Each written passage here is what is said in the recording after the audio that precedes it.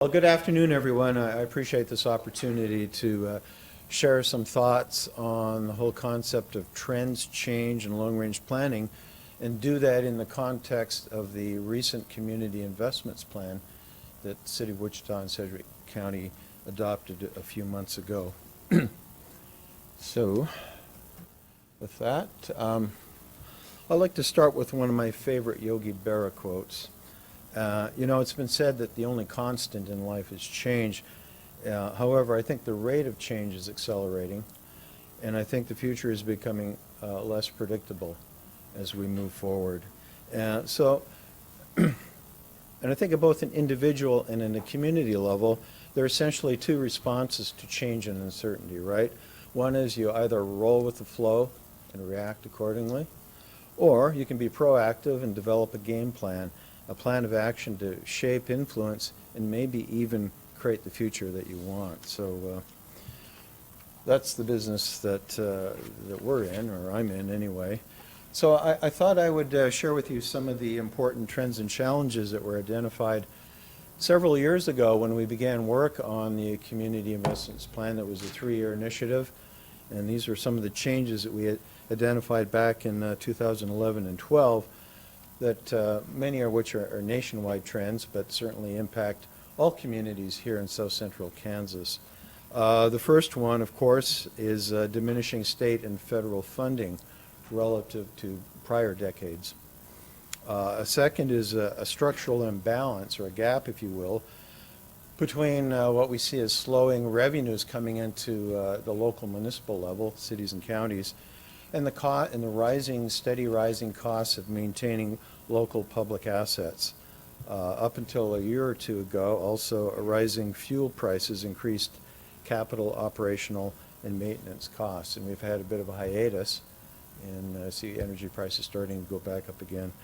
The other thing we've learned is that future growth and development in our community will not cover the long-term costs of maintaining our current public infrastructure assets.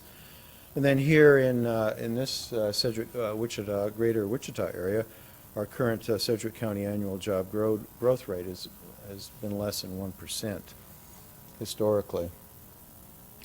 The other thing that's changed is that we're in a new era of globalization and competition with other communities and other regions. So the question is, well, this is all very interesting, but how do these changes, how will they and how should they influence future public and private investment decisions in our community, and also levels of public spending in our community? Another category of change that we looked at was social demographic change. And these are all national trends here. Our population is aging. By 2030, that's only 15 years from now, 1 in 5 of us will be 65 or older. By 2025, half of all households will be single-person households. In Wichita, it's currently 31% of all households in Wichita are single-person households. By 2030, roughly 80% of households will have no children in them. Right now, Wichita has about 69% of households have no kids in them. The other demographic here is the key age cohort of 25 to 40. This is the key labor force for the future of our community. A study was done and determined there was a 2.6% net loss of young adults in this age cohort. This needs to be updated to see how we're doing today. But this is important because these are the future workforce of our community. The future business and government leaders are in this age cohort here. And then our annual Sedgwick County population growth rate has been slow and steady for decades, just under 1% per year. And then 2 weeks ago, Arthur Nelson, who is a national expert in housing and real estate development and research, provided his latest assessment on home ownership and housing trends. I've provided a copy in your packet. It's very interesting. You want to take the time to read it after. I think you'll find it very interesting in analysis. Basically what he's saying over the next 30 years, he's taking this out to the year 2050. He says there's going to be a decline in home ownership rates back to the levels that were seen in 1950. And he's saying that more than at least half or more of the future housing demand in this country, he's talking nationwide here, will be demand for rental housing. So the question is, well, how does this influence the future housing market here in the Wichita area? Housing choices, locations, future growth, redevelopment patterns. How does it impact transportation and accessibility needs? How will it impact future public spending on infrastructure? And how will it influence private sector growth and development in our community? The next area of change we looked at was the condition of our public infrastructure. We did this back in 2011 and 12. Some of you, I think, have seen this report before. But at that time, almost 38% of Wichita's public assets and about 11% of the county assets were rated as in a fair, deficient condition. Almost half of all Wichita streets fell below the national benchmark standards. We identified that by 2020, which is only 4 years from now, Wichita may need to spend up to $150 million for new wastewater treatment facility upgrades. And I think just a month or two ago, City Council authorized, $43 million for upgrades to plant number 2. 33% of Wichita sewer pipes are over 50 years old, will need replacement in the next 20 years. And overall, we came up with this rough rule of thumb gap. There's almost $10 billion gap over the next 20 years between forecasted revenues and the cost of our wish list of needs and wants for public infrastructure. So the question is, how will we make future public infrastructure investment decisions? How do we set priorities in our community in light of these trends and conditions? So I'd like to talk briefly about how do we respond to this. It's been my experience that good data drives good planning and good decisions. So we need good data, and we need to use that data, particularly trends and change data, to develop effective long-range plans for our community.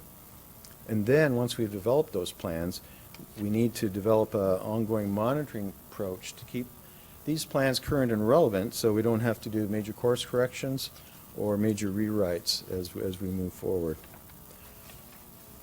So talk about the Community Investments Plan. It was just adopted a few months ago, and it's a high-level policy document providing guidance in these 2 key areas here.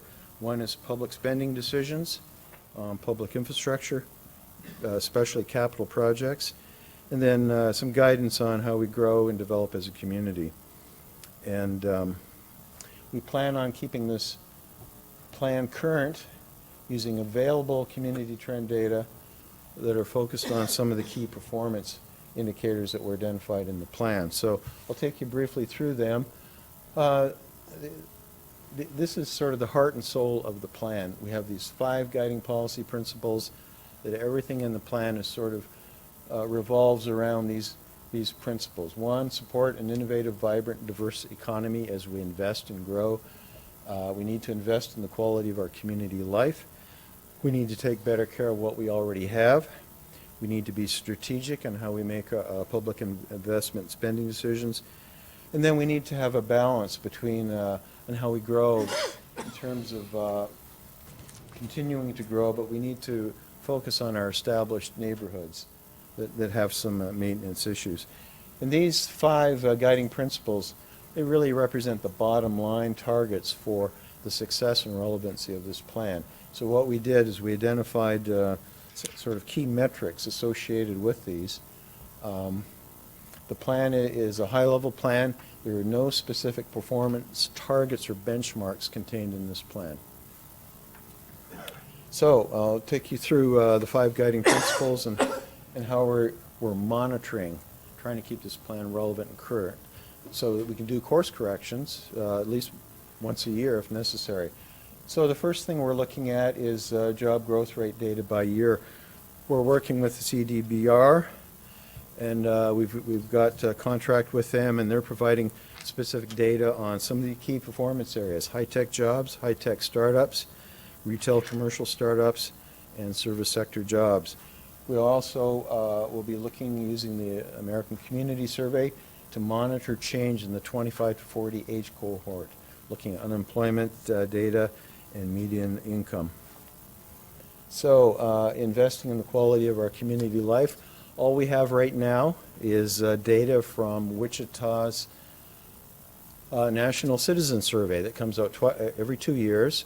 It's sort of a report card, if you will, on Wichita, and it is a subjective assessment of how we're doing in some of these key performance indicators. And there's questions related to quality of life, Wichita is a place to live, ease of travel, et cetera, et cetera. I mean, it's all we have. We can only use the data that's currently available. We don't have the resources to collect new or better data. We have to use the best that's available.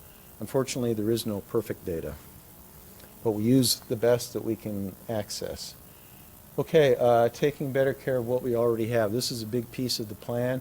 There's a lot of indicators in here related to this. You can see the overall spending priorities at a very high level are: first, take better care of what we already have, then enhance what we have, and then finally expand our system of assets. So the question is, where and how are public funds being spent in relation to those three priorities? So what we're doing, we've established a monitoring matrix where we have the major infrastructure categories on the left here: transportation, water, sewer, storm, arts, culture, etc. We're looking at the total, in case of Wichita, total CIP funding over the next 10 years in those categories, and then the percentage of funding that falls within the first, second, or third priority. So this is a way of following the money, right? I mean, that's where our priorities are ultimately reflected, is where we spend our public funds. And then in terms of the condition of our assets, for each of the asset or infrastructure categories, we're looking at building condition. This is the city and the county. These are the metrics that they're using right now. Asset value, remaining service life in terms of square footage, years, buildings with no remaining service life. We're using existing data that's being collected by respective departments to see how we're doing over time. Same on transportation infrastructure assets here. I know Alan King's working on some new metrics. Paved road service value in terms of millions of dollars. Network remaining service life, lane mile years. And then paved lane road miles with no remaining service life. So these are the metrics that we're using. And then we have similar for bridge. Sedgwick County's got their own standards. Percent of paved line miles receiving preventive maintenance. Percentage of all lane miles with permanent pavement, etc. And then similar for bridge conditions. So each municipality's got a little different metric, but that's fine. And then same with water and sewer. These are the metrics that Wichita is using. So we're reliant on these departments to provide this data to us on an annual basis. And some of these are a work in progress as we speak. And then same with stormwater. We actually have a citizen survey question about that.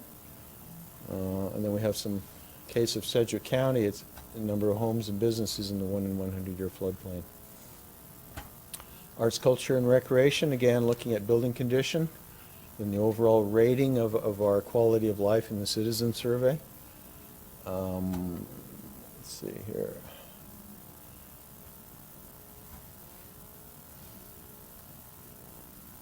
Making strategic value-added investment decisions. I guess this is somewhat subjective. The only metric we have right now on that is a citizen survey, and these are some of the questions in the survey.